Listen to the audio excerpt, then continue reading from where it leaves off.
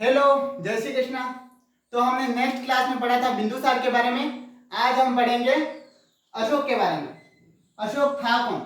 अशोक बिंदुसार का पुत्र था तथा इसकी माता का नाम दम्मा था और दम्मा या सुभद्रांगी चंपा की ब्राह्मण की पुत्री थी। ये राज्याभिषेक की बात करें तो अशोक प्रारंभ में बहुत क्रूर था, यानी कि कहा जाता है कि एक बार क्या हुआ कि ये पैदल जा रहा था और पैदल जा रहा था तो अपने ही रनिवाड़ के रानियां, जो कि लगभग 500 रानियां थी, वो इसको देखती हैं और हंस लेती हैं कि देखो कैसा व्यक्ति जा रहा है, कितना क्रूर व्यक्ति है।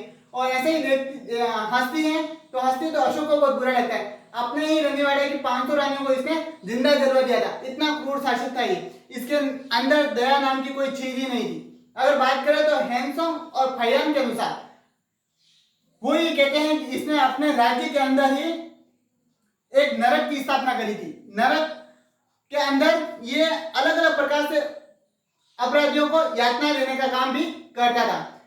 इसके राज्याभिषेक के बाद 8वें साल इसने क्या करा, कलिंग विजय प्राप्त करी और कलिंग विजय के बाद इसका हृदय पिघल जाता है, क्योंकि कलिंग विजय में लाखों लोग का नरसंहार हुआ था और इतने भयानक दृश्य देखा था इसने। उसके बाद इसने सोचा था कि आज के बाद मैं युद्ध नहीं करूंगा और लोगों की भलाई के लिए काम करूंगा।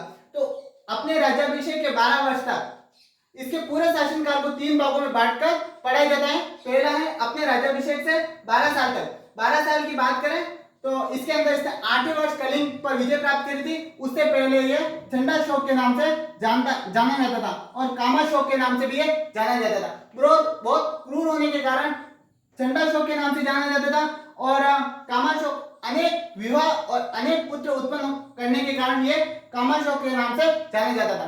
13 वर्ष से लगा के 27 वर्ष तक, यानी इसके बाद इसने कलिंग विजय के बाद पूरी तरह से युद्ध का त्याग कर दिया था और युद्ध का त्याग करने के बाद इसने बौद्ध धर्म ग्रहण करा था। बौद्ध धर्म ग्रहण करने के कारण ये धम्माशोक के नाम से जाना गया। देवनाम प्रियदर्शी यानी देवताओं का प्रिय के नाम से ये जाना गया और ऐसी इसने उपाधियां भी धारण करी थी। इतनी बड़ी बड़ी उपाधियां, यानी कि देवताओं के बराबर इसकी तुलना हो रही थी। यानी कि कलिंग विजय के बाद इसने अपने आप को पूरी तरह से समर्पित कर दिया था जनता के उत्थान के लिए। परिणाम स्वरूप जनता ने इसे देवता की उपाधि दे दी थी, यानी कि लोगों के लिए देवता के समान था। उसके बाद बात करें तो 28वें वर्ष से लगा के 41वें वर्ष तक की हमें कोई विशेष जानकारी प्राप्त होती नहीं है और इसके बाद अशोक के बाद ही मौर्य साम्राज्य का पतन की ओर अग्रसर हो जाता है। तो हम नेक्स्ट वीडियो में पढ़ेंगे कलिंग विजय के बारे में। इसके साथ मैं आपसे एक बार आग्रह जरूर करूंगा, आपको ये वीडियो अच्छा लगे तो अपने दोस्तों के साथ शेयर करें तथा सब्सक्राइब करें और लाइक कमेंट जरूर करें। धन्यवाद।